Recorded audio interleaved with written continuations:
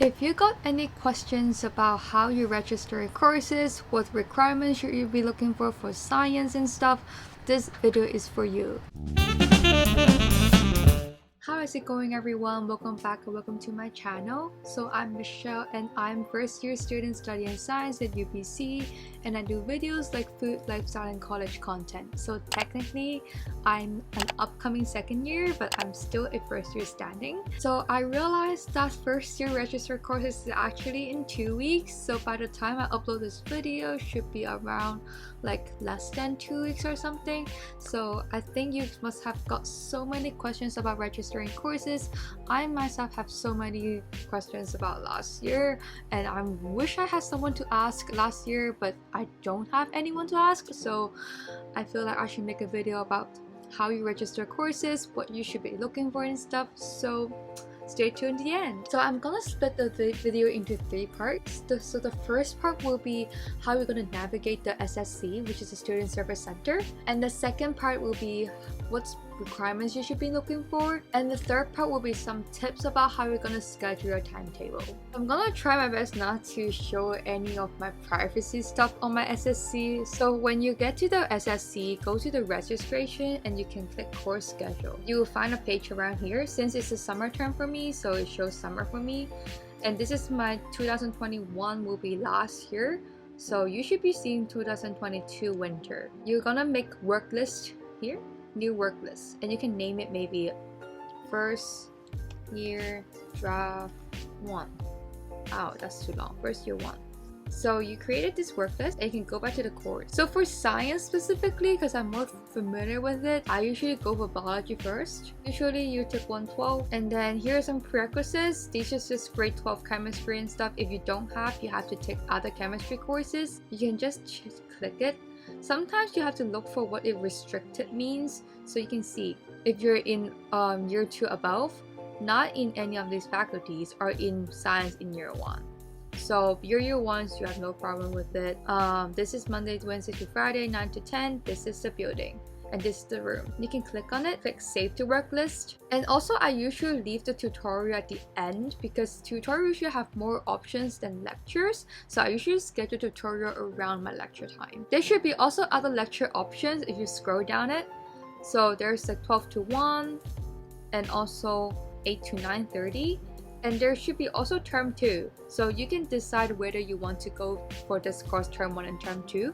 But what I did last year is I randomly picked one of them and picked like maybe 112 or 121 in one of the terms, since I don't want 2 biology in the same term. So that's what I did for last year. But I also know some people who actually squeeze 2 biology courses in 1 term, so it really depends on your choice. And I would do chemistry since it has a lab, and then you're gonna take 121 in the first term. If you don't have chemistry in the grade 12, then you have to click Chem 111, and you're gonna pick whatever lecture you want. So maybe 1 to 2, or okay, I'm gonna pick 2 to 3, and you're gonna save. Okay, you got the lecture instructor with us already actually. So this is the building, which is a chemistry building, and you're in B250, and then you're gonna save to the work list again. For science courses in general, you don't really have to look for the restrictions, since all the restrictions applies to science students, especially for first year courses. And math is also another common course to take. I'm just gonna quickly do it since I think you can kind of get the idea already. The math department changed, so I'm not too familiar with what they mean right now. I'm just gonna randomly pick one because why not? STT means standard timetable. Standard timetable only applies to certain timetable, which means you have a standard timetable and you kind of fill in the gap. So it only applies to first year focus and also science 1 student. And in general, most of the students are actually in a regular timetable. So I would just register the one without any restrictions. So save to the work list. Maybe some people like to take a psych course 1. There are tons of lecture options, so I'm just gonna take the one that doesn't affect my timetable. So now you can go back to the work list. If you click timetable, you see how you look like. So what I would do is, now I'm gonna fill in the tutorial. So maybe just see which one matches. So this one matches, so you can just click it here. And another Lab is the most tricky part because lab is 3 hours, so I'm thinking I'm gonna take Thursday since Thursday has the most amount of gap in between the classes. For the discussion, just click one that is more comfortable for you. So yeah, and remember when during the registering courses you do have to pick the term 2 courses as well.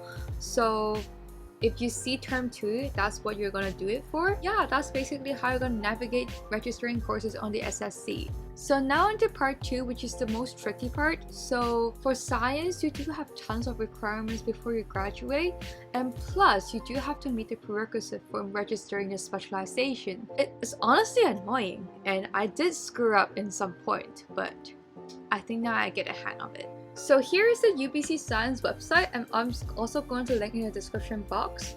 This is the introduction.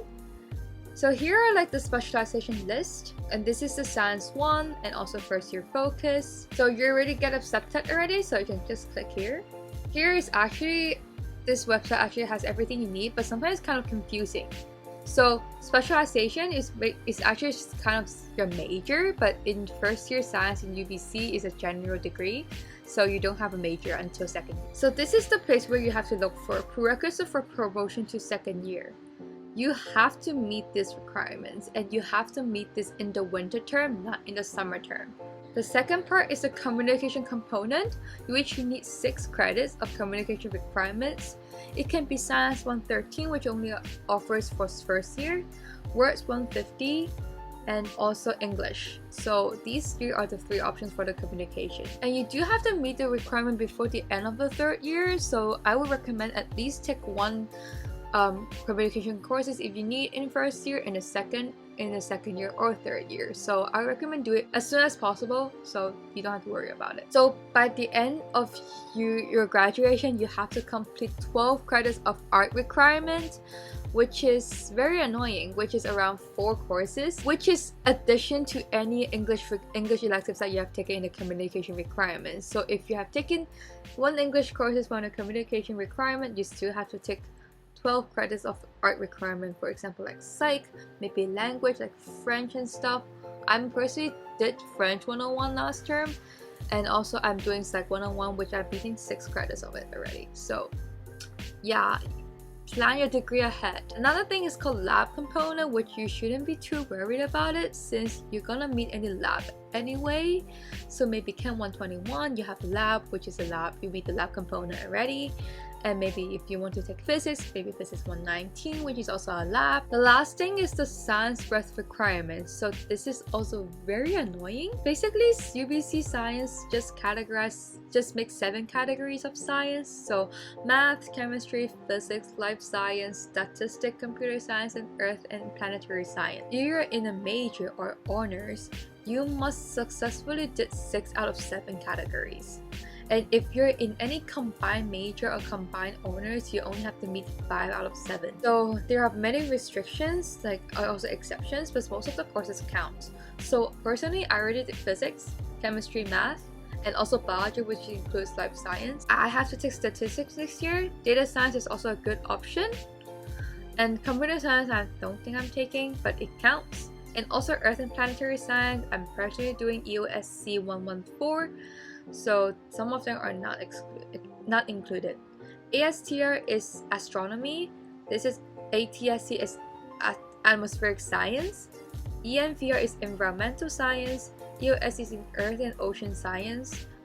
I don't remember the last 2. Do you have to plan out the degree? I personally did 4 out of 7 already, and plan to do statistics next year and doing another one this year. So if I did statistics next year, I'm gonna finish all my science breadth requirements. So back to the specialization part, which coincidentally I just applied to my specialization today. So yeah, which is very stressy because it is based on your GPA. I'm gonna talk about it more. So go back to here. You're going to click the specialization admission requirement, this is the part you're gonna look for when you apply specialization. So there's something that's confusing, which I'm gonna talk about later, which is on the academic calendar. So here is the list of major and honors. So for example, if I want to do neuroscience, if you click on it, it will show you what requirements you need. So I think it's still not updated since I don't think Bio 140 is offering next year. But here, what you need is 121, or basically if you meet all the requirements here, then you can register the prerequisite. You can register the specialization. If you don't meet it, you can't register, which is very strict about it. And you can't do this in the summer, you must finish this in the winter. So basically you must finish every specialization prerequisites by the end of April, which is term 2. And one thing you also need to think about it is look for more options than one specialization, because it's based on your GPA. So by the end of the second term, you got your grades, you had your average. The UBC science will basically put these on the system and rank it based on your GPA.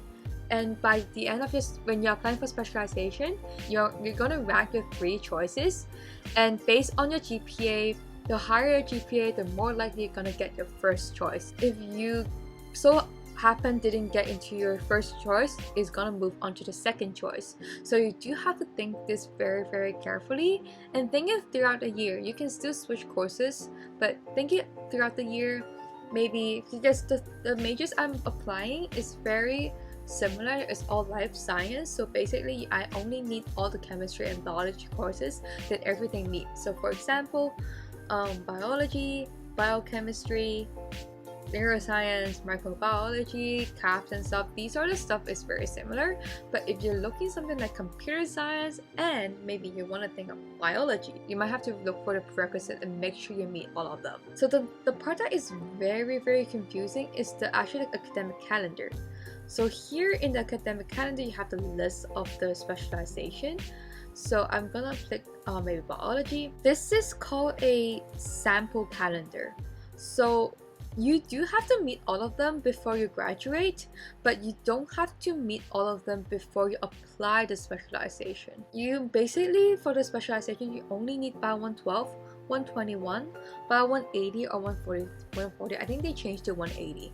And then chemistry 121 and 123. If you meet all these requirements, you can get into your specialization, and plus you need 15 out of 24 credits of just science. And the others are basically the courses you need before you graduate. I would recommend follow the academic calendar in the beginning.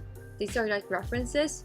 There are also like footnotes and stuff that you can substitute to other courses that you're more interested. Math, I think they're also changing this year, so I'm not too sure, but these are the courses I think you have to look for. So there's also one thing called science requirement. So out of when you graduate, 72 credits must be in science, which is, you don't really have to worry about it since you're in the science department. You're basically gonna meet all the science requirement if you apply for specialization and stuff.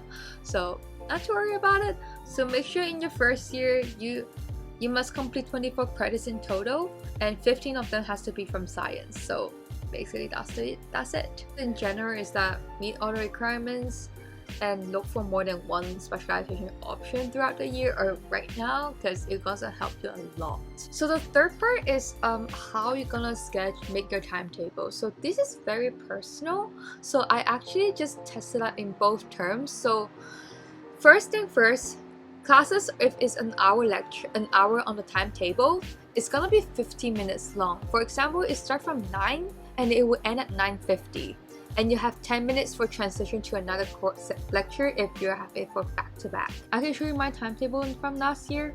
Here's my timetable. So first term, I'm trying to test it out whether I like it to be back-to-back or not back-to-back. So what I did is Math 102. I personally prefer morning lectures, so that's why I put all my courses before 12 around lunchtime, then a few courses in the afternoon. But some people don't like waking up that early. If you know, I wake up very early, so they put their courses after 11, so they kind of scramble them in the afternoon. Some people even have evening courses, which huge respect for, because I'm very sleepy in the evening. So you can see Math 102. I have an hour gap between physics. Well, technically, is one of the reasons is that because there's no courses I can apply in the between. And the second part is physics with French. I put it from back to back since I like putting all my lectures as early as possible. But one thing you also have to look for is UBC is pretty big, so you do need a sort of walking distance. So this is the part where I screw up, because Hep Building and Orchard Commons is more than 10-minute walk and I'm late every time, which you don't want to happen if you want to be on time for lectures. So most of the science buildings are relatively close unless you have to go to the pharmaceutical science and life science building and stuff. These are more far or further apart. Chemistry building, Hep building, and also LSK, possibly Buchanan, but these are usually within 10-minute walk. So you can just Google map it and see whether you're walking distance, or if you have it, skateboard, which is very fast and very convenient as well. So in the second term, based on what I like, I actually prefer it finish very early. So this is my second term. I have an 8 to 9, which I don't like it at all, and a 10 to 11. The hour gap is very annoying. I actually don't like it, but I have no choice. I will talk about it later. And the third one ends at 2. So most of the days I end my lectures at 2, which is very great since I actually have the whole day off. And what is most benefit is on Friday I end at 2. So basically I have a whole afternoon off on Friday, which is very nice because I usually take a break and it feels like a Saturday. And when it comes to Saturday, I already think that it's a Sunday because I have the whole day off. So this is what I like it. And also for the chemistry lab, it's a 3 hours. Some people like doing it in the morning. It just never fits on my timetable, so I never did it in the morning. In general, morning person or an evening person.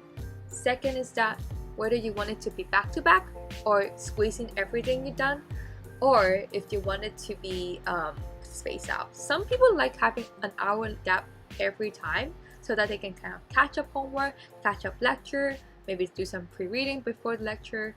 Some people like to cram it everything in a block, like 9 to 10, 10 to 11, 11 to 12, and then have lunch, which I find it maybe possibly very draining since you have a lot of information coming to your mind in 3-hour block. Or maybe pick up some online options if you like. So another thing you have to look for, or if you can, is look for the prof. So not every prof is shown on a timetable, which is very annoying. They usually show up in August. Look up Read My Prof, because a good prof means everything. So I'm gonna give a few suggestions to you. So for Bio 112, if you're lucky, go get Jared Taylor. He's the best prof ever I've met and highly recommend it. I always watch his streams on Thursday and he's awesome. Bio 121, go get Lynn Norman. She's most caring prof ever and she really cares about students. I don't really like that course, but I like the prof.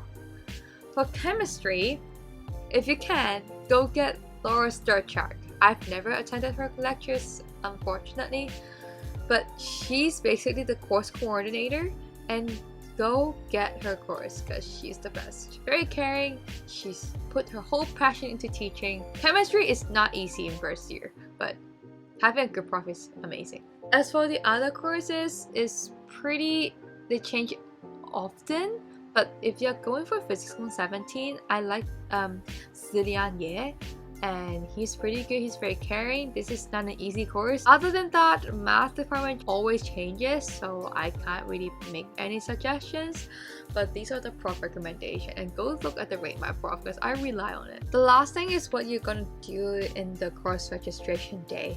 So set your timetable. First year students, set your alarm clock. They usually have a 3-day, and I apply on the first day at 11:30 PST. I think the registration starts around 8:30 for first year. So in the 3-hour gap, many courses are already full. Some courses that are full easily, Science 113, Words 150, possibly Bio 140. Even Math 103 course is full. The one at 10 to 11 is full for me, so that's why I switched to 8 to 9. So that's why there is work list on your timetable, because you can draft it, make backup plans. So to make sure on the day that you register your courses, the only thing you have to do is click one button, register all. On the day of, you can do test registration, so that's to see whether you meet the requirement, but whatever. But on the day of course, you will see an option called register all here somewhere else. So today, if you fortunately everything is good, everything is fine, you meet all the prerequisites, you meet all the restrictions, every course is not full, just click register all, you're done. One click. But unfortunately, if some courses are full, make tons of work lists to make sure that you have backup plans. And what I would do is that if you're like on like the first day, you most likely you can register most of the courses you want to. I registered at 11:30. So what I did is that at around 10 a.m. PST, I looked at the course to see what courses are full or what courses are almost full. And by the time, I'm just gonna make more work lists and make backup plans based on what is available. And at 11 as well, and I also did that. And at 11:30, I just registered all. And unfortunately, if you are registered on the second or the third day, I would recommend make more work list plan or try to find courses that are less competitive or larger class size. But I would recommend you still register some courses because, for example, if you want to do Physics 131 but it's full, go for Physics 117 first, or maybe other options. And then throughout the summer or maybe July and August, since people switch timetable very often, just check at the SSC randomly throughout the summer term or in the beginning of September to see if any courses people drop out so that you can quickly register it. This is first come first serve basis, and if some people drop off the course, then you can quickly apply. So let me just clarify. So what I mean is that register the courses first even though it's not your first choice, because it's harder to register courses after your register time because most likely it's gonna be full. So just register first and so that you can still meet the prerequisite or meet the requirements, and later on to see if you can switch it out. So the rule of thumb is that it's better to register more than register less, because you can still drop the courses in the future, but it's gonna be harder to register back again. And also the other option is emailing. It's very helpful. Some instructors may actually open more seats, and also wait lists, which is very helpful as well. So registering courses is very stressful, but if you make enough backup plans and if you're willing to email, you should be fine. Also, some extra notes: you're gonna pay the term in late August / early September, and so you don't have to worry about paying right now. The second is that book list usually offers after registration, so you don't have to worry about it yet, but most likely for science you have to purchase it in 2 to 3 around, since it's kind of mandatory, but this is not very important right now. Most important is that you know what courses you're going to register and what requirements you're looking for and how you're going to schedule a timetable. So this is the end of the video. I hope you enjoy it. I hope everything is very informative and easy to understand. Feel free to DM me on my Instagram or comment anything on the comment section so that I can help you. And I'm gonna try my best to help you because some courses kind of changed this year, so I don't know whether I know it, but this is in general the tips. Hope you enjoy it. Like and subscribe if you like. If you want to watch more content about UBC or my lifestyle. I'm currently in Hong Kong, so I'm having fun right now. Enjoy the rest of the summer and good luck with your course registration.